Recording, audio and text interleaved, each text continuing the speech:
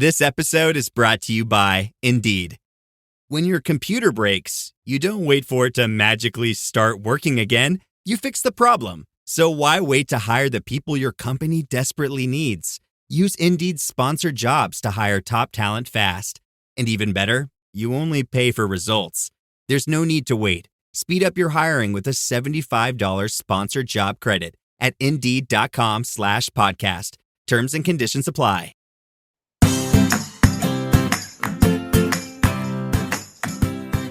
Hi, and welcome back to Realistic Sustainability. I'm Mike, and I am here with Nick. I'm tired. I met Nick. Hi, I'm Nick. You're tired, huh? I am. Seems to be a common theme that we have for show after show. Well, it's those darned mornings, man. I'm telling you, I actually think it was a little better off when they were like midnight, 1 a.m. because to give you a quick rundown of my morning. I went to bed last night, technically this morning, got up again like at 8:50. I was supposed to be in Clio at 9. So like, oh God. So I get dressed and I get halfway to Clio for the person I was supposed to meet at 9 to tell me that they have to push the meeting back because they're running late and they have a migraine. I was like, well, it's my food reps. I was like, I'll just text you the order, and if you have any problems, you can message me back. So then I came home and I'm like, oh, I'm so sleepy. Then you get a message from me saying I'm ready. Yeah, so I ran to the gas station, needed a cup of coffee, and then I got your message. And I guess I better go home and be productive. Get my day started. I am also using coffee to keep me moving. Nice.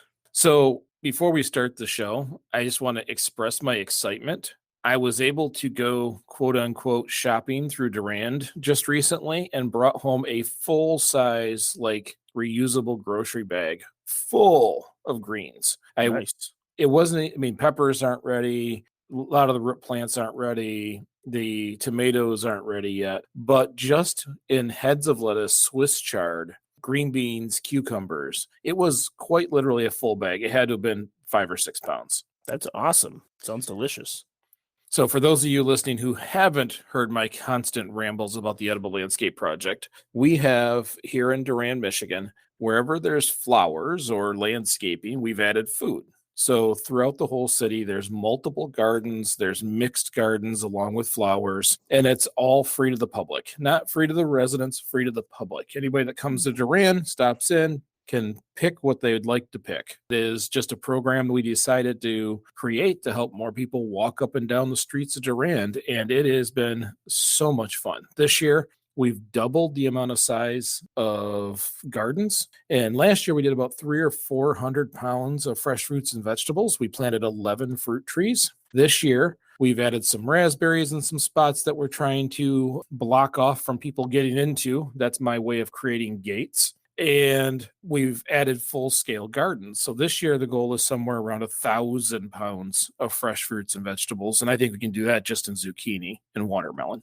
In watermelon, it's kind of like those are pretty big, so I think you're cheating, but that is pretty awesome. It really is. That is super cool, and I'm so happy. I've been watching the updates with Jeff and you guys on Facebook. It's been wonderful. Well, and Jeff is great about going around, getting all the photos and reminding people come get it. I'm starting to do little videos to hopefully hit a whole different demographic so people will start coming to Durand and getting the free food. At this point, we don't want this like the greens starting to seed. We want it to be able to be cut and eaten while it's still fresh and delicious.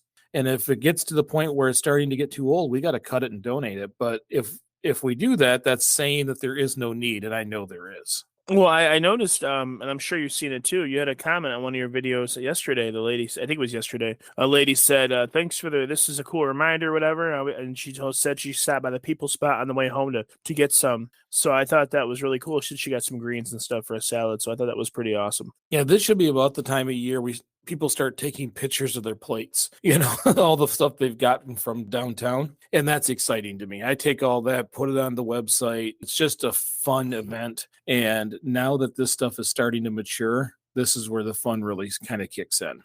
I think so. And I think I really hope you guys start getting some really cool looking food pictures. Like I made this with this because I like to live vicariously through people's kitchens. So it makes me happy. Yeah, so I just wanted to bring it up. If you're in the area, stop by Durand and feel free. Pick yourself some lettuce, some Swiss chard, cucumbers, whatever you want. There's almost 60 tomato plants in town. There's just as many pepper plants in town. As these things mature, have at it. And for those of you who feel like you have to pay something, you don't.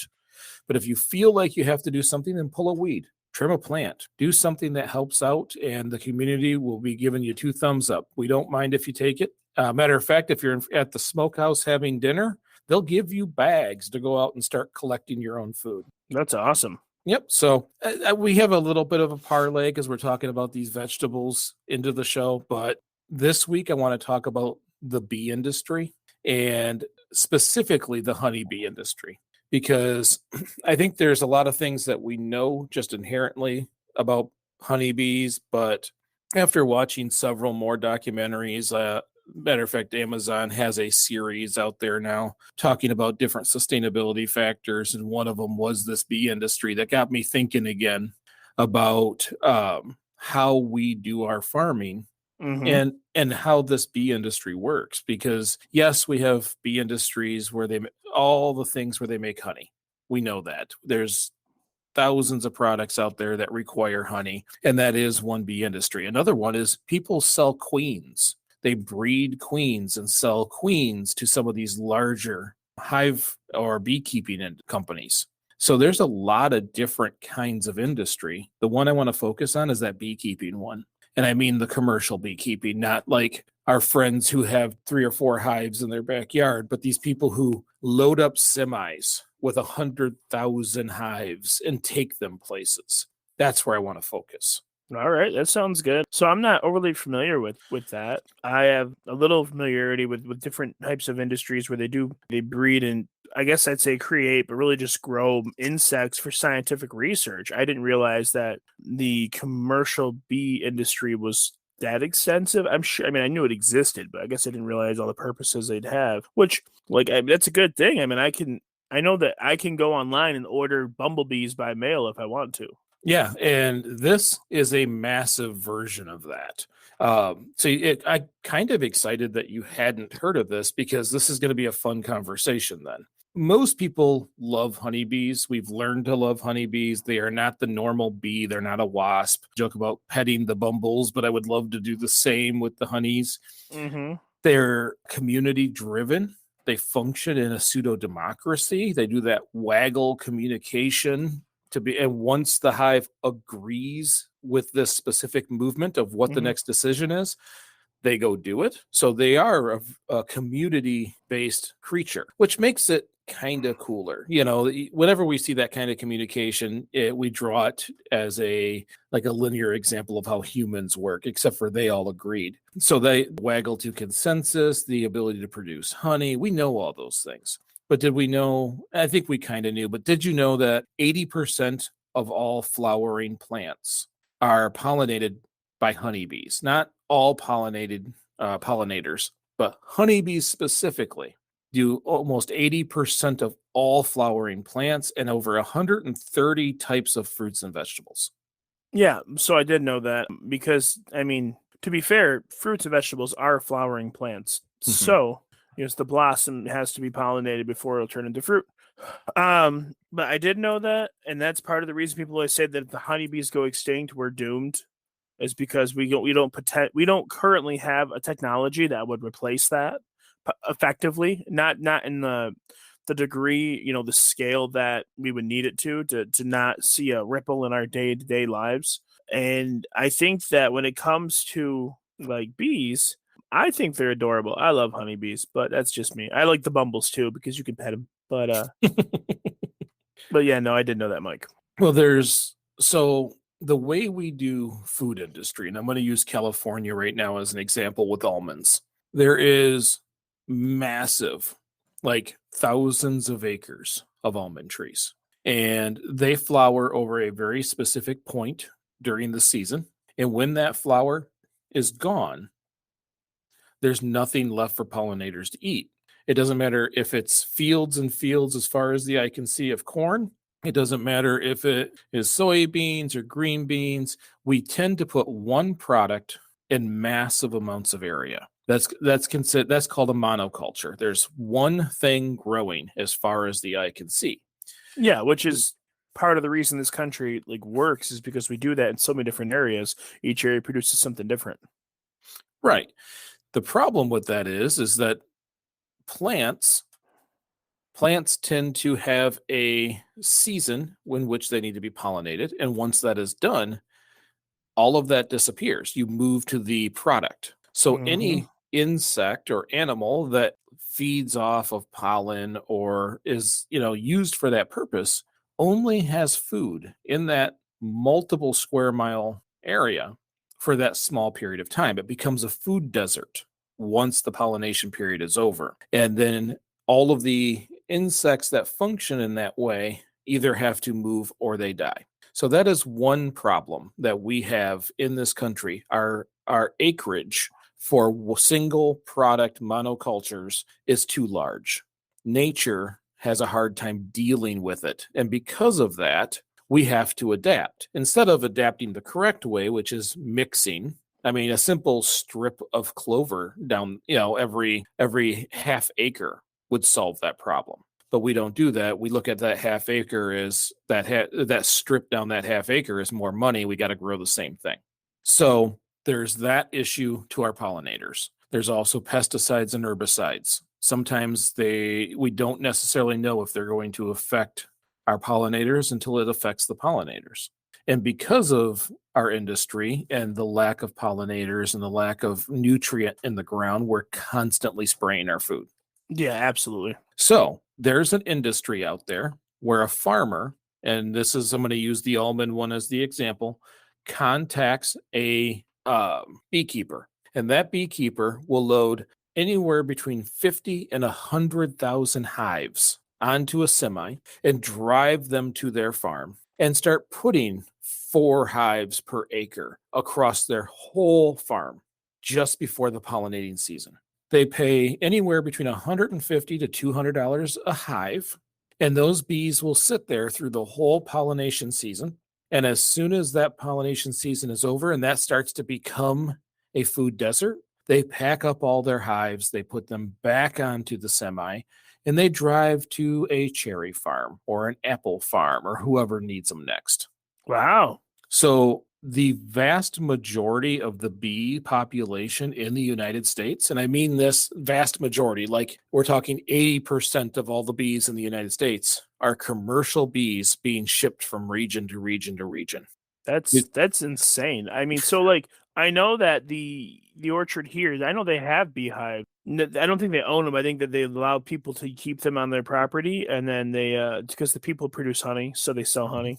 So they leave the bees here, the bees take care of the orchard, and then they come and collect the honey. Mm-hmm. In smaller groups, you have partnerships like that. But in these massive corporations, it's like corporation of bees taking care of corporation of almonds. That's insane. So you have millions of bees being trucked from region to region to region. And it used to be, I think it was 2005 and before, you would always lose 5, 10, 15% of your bees, either through age, some got into something they shouldn't got into, you left them when you collected the hives and drove away, whatever it happens to be. Starting in 2006, they started to see a trend. As of today, almost 44% of every bee transferred dies before it gets back on that truck. Really? So they lose a half hive every time? They lose a half of their whole haul. Yeah. So if there is 100,000 hives, you, in a sense, are going to have just over half of them back. 56,000. Is that due to pesticides? Sometimes they can tell if it has to do with pesticides or insecticides because the bees will come back to the hive. They start to get sick, and much like a community, those bees in the hive will kick them out. They will push them out the front of the hive. They die at the base of the hive. So you end up with this huge pile of honeybees at the base of the hive by the end of that growing cycle or the end of that pollination cycle. Oh, that's terrible. So that's where you're starting to see the concern, because in nature, honeybee populations are still growing. But I think some of that has to do with people like us. We like to put pollinating flowers everywhere. We like to support pollinators. Mm-hmm. Durand having flowers was great. Having flowers and food is better. We have a very large variety throughout the whole city, so bees can exist around here. In the larger and larger and larger swaths of areas, bees can exist. either through massive farming or concrete covered cities. Even if you put beehives on the roof of buildings, you still need pollen. You still need food for them. And if it is concrete as far as the eye can see, you can have as many hives as you want. They're going to pass. But some cities are starting to do the flowers to make it easier for pollination. So natural bees are doing well. It's these massive amounts of commercial bees that are not. Well, I mean, I understand that, but could it have something to do with the fact that their home is constantly on the move? Does that not affect them at all? That they're being transported in a shaky truck? Yeah, I think that there is some validity in that. And I think that was part of that 5 to 15% loss that they had going through the 60s all the way up through the mid 2000s. You would always have some losses. You would leave some behind. You would have just general disease. Maybe you lose a whole hive because one ended up with a disease that transferred to the rest, or mites, or whatever it happens to be. Yeah. What we're seeing now is that is grossly inflated. You're seeing chemical poisoning, you're seeing much more disease. And because we're taking, if this happens in nature, you have one hive on one tree. And if a disease comes into that hive and they lose that hive, you lose one hive. But if you have 100,000 hives within reach of each other, and that one bee gets a disease and spreads it to another one, who spreads it to another one, you lose massive amounts of bees because this huge collection is in one place. No, I agree with that, and I just think it's borderline. Because I'm really ignorant to it, and this is mostly new for me, so I don't understand a lot of the specifics of it. But I think it's really really odd that like they get sick like that when they don't necessarily get sick that often in nature. I'm sure they do. I'm sure it happens, but if it happened in a scale like that naturally, then we wouldn't have honeybees. So I just think it's odd. Well, and honeybees actually have an amazing immune system. So they can fight off much more disease than many other creatures. They're actually a very durable species. Okay. They do have some issues with there's these little mites that will attach to them and slowly draw from them until they die. There are some things like that, like all animals in nature. That is an outside source, but their internal immune system is quite strong. But what they're finding is that because we have to have these pollinators at these spots at these times, we have to truck them in now because we haven't designed the farm so that it could be useful year round. It's not conducive to life because you only have a small sliver of time where life can even live there. So because we won't change our farming tactics, we have to do this. And in the process of doing this, we are spreading disease amongst honeybees probably 4 times faster than we ever have. Okay, and I don't know where to start on that. What about areas that, okay, this is me going to be ignorant again. Are there areas in the United States that have flowering plants all year round that it's always, conducive to honeybees? Yeah, down south, for us, we would call it down south. But in more temperate climates, you have different plants that kind of pop up at different times. Now, obviously, honeybees have resting periods and all that kind of stuff. But down in those warmer climates, there's always something. Even a house plant flowers. My spider plant flowers. So as these plants grow, they will always offer something. And that's where we see a big problem, especially in the north, where there just isn't the food. And the more space we take with the monocropping systems, or the more space we take with monocropping, the less places they have to eat. Does that make sense? Yeah, that makes sense. I was just curious because, with the monocropping, it doesn't seem like it'd be that big of a deal until you realize how many items in this country are produced like that. And with the Midwest, this time of year, it's corn everywhere. You see corn all over the place. And we don't have any huge farming operations where I live. I mean, we have like one farm, but all the surrounding area on like M13 and some areas M57, it's all just farmland. They're rented out to whoever rents them. Well, most of it's just corn. That's all you see. And I don't know if corn necessarily flowers. Right. So you that to them, that is a massive area of no food. That is a food desert. Even though it's food for us, it's a food desert. Well, that's not happiness. So, I mean, okay. Now we've done our complaining. We've discussed the issue. There is a resolution. There is a way to honestly and easily fix this, and that is having complementary plants on site where we farm. Just like I talked about, if you have an acre of corn, having strips of clover, Mm-hmm. having multiple, have a strip of wildflowers. It really is easy. It's our ego telling us not to do it because we need every square inch. They talk about every square inch of that property being profitable, but it won't be if it's never pollinated. You're going to be out there with Q-tips trying to pollinate every single flower you see if we don't make changes.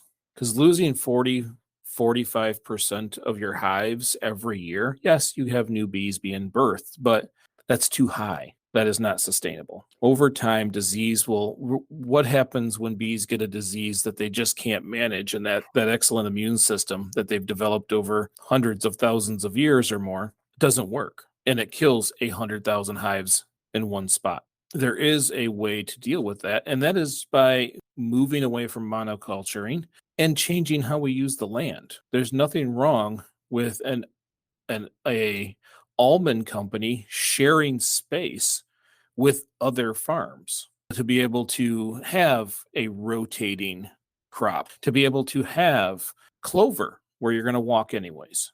It doesn't need to be a road. It's probably a 2-track through there anyways. Instead of having just yard grass, cover it with clover, cover it with wildflowers. It isn't going to hurt. No, it won't hurt. And to be honest, I think that for me, one of my favorite things to see randomly throughout, down ditches and sides of roads are like wildflowers. I think they're gorgeous. Granted, I don't spend a lot of time in, fields and where crops are being grown, but I like to see that kind of stuff. But I also think it's, makes the area a little more beautiful. And I think that that's part of what makes you enjoy the outdoors. I mean, I love being outside, but when you see those pinks and purples and oranges and blues and reds and just these gorgeous colors from flowers, kind of makes you stop and go, aw. And Well, I'm serious. Like it's one thing to look at like this big open space and see the rolling hills and that's wonderful. But when you stop and you look over and you see like an Indian paintbrush and there's a bee sitting on there, if you see a couple like a wild fruit bush, like wild raspberries or something, they're starting to flower. I mean, it's just pretty. yeah, we were talking about getting with MDOT, the Michigan Department of Transportation, because here in Durand we have an expressway entrance and exit, to Mhm. ask if we can just seed all of that grass with wildflowers. So our exit would, year over year, more and more wildflowers would grow in that space. Mhm. And part of the conversation is then you don't have to mow it. We're going to ask you, don't mow it. As long as the wildflowers take over and the grass starts to kind of slowly disappear, how cool would it be that our exit is just that, mixed wildflowers as far as the eye can see up the hills over to the overpass? I think it's a good idea, and I think it'd be pretty. And I'm sure there'll be some naysayer that complains about the bees, but sometimes people just look for reasons to be upset. They complained about the bees when we put the food in town, but we're putting them next to flowers. It literally was no different. The only difference is that flower stays open much longer than my vegetable. But we have not gotten approval yet from MDOT to start that project, because we would just take basically seed bombs and just start firing them everywhere. Every year we buy a whole bunch more and just keep doing it until it was self-sufficient. I also, and I will not name names, but a friend of ours who has joined the Green in Your Life Facebook, they keep little bags of seeds in their car. And when they're out and about, when they see drainage ditches that are moving with water, they just start throwing seeds in there. So That's that awesome. so down the line, as these seeds happen to stop at whatever point, wherever it is in nature, they'll have wildflowers starting there. And when one or two wildflowers start, then many will follow. Yeah, I mean, that's wonderful. I think it's kind of cute, though. You have like a little seed sniper, like cacao. But all it does is add more flowers. And face it, not only is it food for pollinators, it's beautiful. Having flowers is way better than grass. It's pretty. I will be constantly working and pushing to end the mandate here in the city of Durand that you have to have a lawn. Because right now you have to have a lawn. So like I have issues with that. Not you ending it, but I this is you can just say this is out of pure laziness. Like having a lawn's fine, but like when you mandate that people have to keep it mowed, or like you're one of those neighbors where as soon as their neighbor mows your lawn, you gotta mow it too. You gotta like it's like a competition who can have it the freshest, the longest. It looks like it's great to take pride in your house and in your property. Like I support taking pride in what you own, but my God, grass sucks. Mm-hmm. Like right here in our yard, it's like because they have had no rain, it's all brown. I have an entire brown yard. Mm-hmm. And it's because it's not a native grass that can't manage our climate. So half the season you have to water it if you'd like it to be green. That is one of the factors about the grass, and especially Michigan. None of this grass that we have is native. Our grass that is native to Michigan is very tall and very straw-like. That is a native Michigan grass. When you go to, was it the Sleeping Bear Dunes, and you see these patches of tall, what looks to be dry, dead grass, that is a Michigan grass. This green stuff, not a Michigan grass. Never has been. It was trucked in and mandated over time. It was some snake oil salesman changed the ecosystem because he wanted to sell some green. Snake oil salesman. Yeah, because we had native grasses here. We're lucky in Durand. We have a native plant store here in town. Or near Really? town. Where? It is just actually near my house. It's someone's home. They have a greenhouse and they only work with native plants. And I think that it's about time that we start changing some of that. And since Durand is starting to do some of these first, starting to, with the first edible landscape project, city driven in the United States, maybe it's time we get rid of grass. And now for me, I have an idea that I'm probably starting next spring. I'm just going to buy a bag of clover seed, and I may not get rid of my grass, but if I lay a massive bag of clover seed across my ground, it won't take long before it's just clovers, and clovers grow wildly. So, maybe it wasn't me. Yeah, accidents happen all the time. So it will, I mean, to me, I would much rather have a beautiful clover field in my yard where the bunnies can come over and snack, and they'll stay out of your garden because your whole yard is a snack, and that bees can experience it. It will be a living ecosystem instead of yet again another small monoculture that requires chemicals to be exactly how you want them. And I won't have to cut it. If the grass starts to go away, clover only grows so tall. We're all done with maintenance. I support that. 100% support that idea. Actually, I was when you said you were going to do a thing. I thought a little more aggressively. I thought you should buy one of those confetti cannons and just fill it with seeds and just fire them at random places, like bang. But we always joke when we can't get permission to plant things like grapes on a fence line or this or that, hey, man, sometimes birds transfer seeds for you. I can't guarantee there won't be grapes on that fence. That's hilarious. And yes, accidents do happen all the time. Sometimes nature will find a way, to quote Jurassic Park.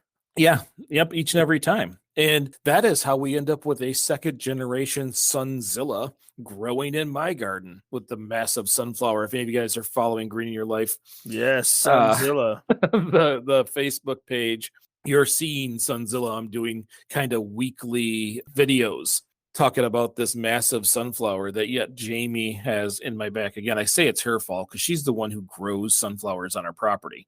And last year, if you guys remember, we ended up with this huge sunflower. We used it as a photo with Jamie and used it for Green in Your Life for a long time. Well, it had lots and lots and lots of babies. We've moved most of the babies to friends' houses, down our fence line, in our front yard. But I left the one that was growing in the same spot. And it has yet again become another Sunzilla. Yeah, it's huge.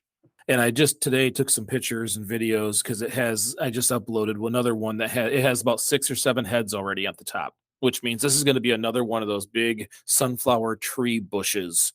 So is that normal? I mean, I don't know jack about sunflowers. I've never really, and I tried to Google sunflower trees thinking like this was a thing, but all the pictures I found about these massive sunflowers were totally different genus than what you have. So I don't know a thing about it. I just know that it's because it's got a stalk like a damn tree. Excuse my language. It's thick. It's huge. I couldn't even wood chip it to use it as material. I had to dig a hole and lay it in the hole because I couldn't break it down. It's 8 inches in diameter. It's a large trunk. And No, 8 inches in circumference. Sorry. And it is just massive. And it has to hold a lot of weight. As you saw from one of the recent videos, some of the lower stuff is breaking off under its own weight. It's so large. So my next question would be, because I actually don't know the answer to this. Your raised garden beds, is there a bottom to them before you get to your actual ground, or is it just walls where it allows you to put in more dirt? Just walls. I don't close the bottom. So it does grow straight down, because I was trying to figure out how, a garden bed that's maybe a foot deep could sustain something so tall. But if it can grow straight down and develop a root structure into your ground, then that's amazing. You know what it reminds me of? Oh my God. Do you remember Turtles 2, Secret of the Ooze or whatever it was called, where they break off those massive sunflowers so they find them in a drainage ditch? No, I don't think I ever saw the second. Are you serious, Michael? Come on. No, this is not a me moment. Well, I'm going to Google it and send it to you a moment. You better. But on the bright side, we will have pollinator heaven with that thing. Because last year we probably had 30 bumbles and 30 honeybees that just kind of lived in that large, and I was so happy to have it. Yeah, of course. But also remember when you were talking about the root balls, because they have root balls, not like what you expect from trees that come out. They have a root ball. So the last time we tore down the last sunflower, it had a root ball about the size of my chest. So you took the last one out and this one still grew there? Probably 60 of them grew there. We've just gave away a whole bunch and planted a bunch in the front yard because all the seeds, when birds are eating the seeds, they fall. Yeah. So it seeded my whole freaking garden. I just happened to leave that one that happened to grow in the same spot. And if you saw in the last video, I also left 2 other naturally growing ones directly next to it. So you could see the difference between those growing normal and this one growing abnormal, which means I can't harvest seeds and sell them because they grow normal, except for in this spot. That is kind of weird. I don't understand. So anyways, we've gotten way off the topic, although I do like talking about my sunflowers and the occasional visitors of bumbles. Okay, I just sent you the clip. Oh, good. Okay, I was wrong. They weren't sunflowers. They're dandelions, but they're like the size of a Frisbee, so you'll see it. Okay, I will take a look right after the show. So it's very important for most of us to plant in a fashion that caters to our pollinators. But we also do that because that's less we buy from these monocultures. If everybody listening to this show got most of their fruits and vegetables locally, they got them from, local farmers with smaller plots, or people like myself who grow far too much, or even fruits and vegetables that I don't even eat, where I end up with an abundance of tomatoes and zucchini, and I put it in the share stand. Get your fruits and vegetables from those kinds of places, because the less we buy from these larger corporations, the less land they need to produce. And I know for a while they'll just get subsidized, but over time that will change. We have to get our food from sustainable sources as much as humanly possible. And for those of you who have luxuriously wonderful gardens, I'm sure you can can things to have it for the winter. I have learned to blanch and flash freeze green beans and sweet peas so we have them all year long. Do those things, because then we don't necessarily, even if you have to go to the store and buy 1 or 2 things, you're not buying it every single time. Remember, in the US, we waste 40% of all food produced. So not only do we have these massive monocultures of starvation for our nature, but we don't even eat it. We waste it. So if we focus on regional eating, and I know that means no pineapple, you'll still go to the store and get the pineapple, but the things that we can get here, we should in your region. That over time will help change the mentality of how corporations work. If they spend too much and get too little back, they will stop spending that much. They will change to cater. Well, I mean, I agree with that, and for me, I like what you were talking about. Like when you grow too many vegetables, you put them in your little share stand. I think life could be a lot simpler if more people just kind of had little micro gardens at home, and they're like, hey, I'm going to plant zucchini this year, and they have, let's say they get 30 of them and only need a few, they give them to their neighbors, and if more people did that, it'd be really kind of cool to see kind of like a community growth chart where people could sign up to plant certain things and say, I'm going to do tomatoes this year, and I'm going to do bell peppers, I'm going to do this. And that throughout the community, different people could help supply different items.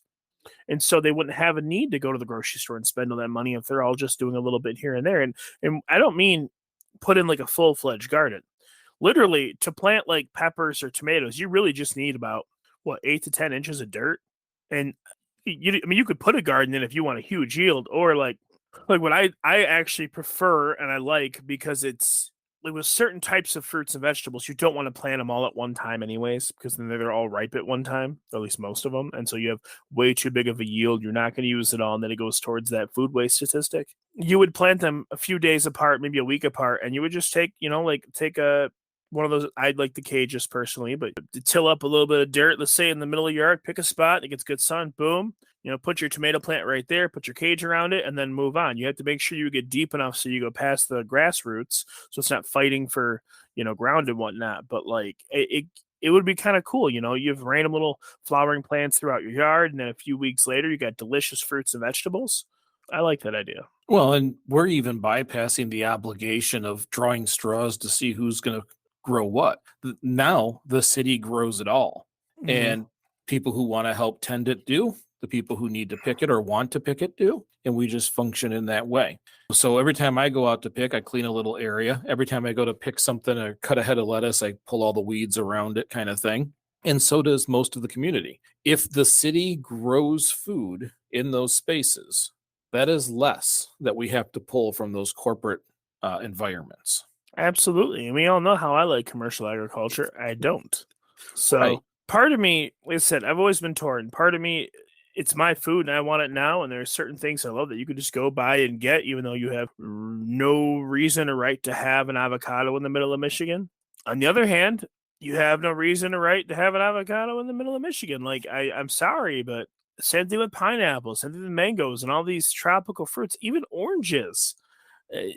They're just not things we should have locally. And so this massive, humongous industry was born to relocate food to places it shouldn't be, which spawned a lot of other industries. There are some industries that are solely built on the waste and the misuse, or got started, like oranges and stuff, with like juice and all that other happy horse pucky. It's not like they're using the best oranges to make juice out of. I mean, heck, they add limestone for lime. I'm sorry, calcium. They add it for calcium. Right. No, and all we're looking at here is to understand where these mistakes have happened, how we as people can make little adjustments, that little bit, big bit, that over time can affect the overall. But in the meantime, we're actually getting better tasting, healthier food every time we pick from the garden. Remember, if you teach a man to fish, if you give a man a fish, he eats for the day. But if you teach him to garden, everybody gets zucchini for the year. Yeah, I mean, you could teach him to fish too. Fishing's fun. You teach him to garden, massive amounts of zucchini for all. So anyways, that's all I had for this week. I hope you enjoyed this episode. If you did, share it with a friend or on social media. If you want to support realistic sustainability, there's all kinds of different ways to do it. One, just follow the show. Give us a like, give us a follow, all those fun things you hear at the end of every show. We like those too, because it helps people find us. You can also help financially. $1, $5, $10 a month. You can go to greeningyourlife.org/podcast, or just by searching realistic sustainability in the Anchor hosting site. Remember, all we try to do is work like a community, teach each other, learn from each other. When you guys send us messages, you'd be amazed how much I learn from our conversations. But that's what it's supposed to be. A community of people learning to get better. Little bit, big bit. Thank you so much for listening. I'm Mike. And I'm Nicholas. And we will see you next week.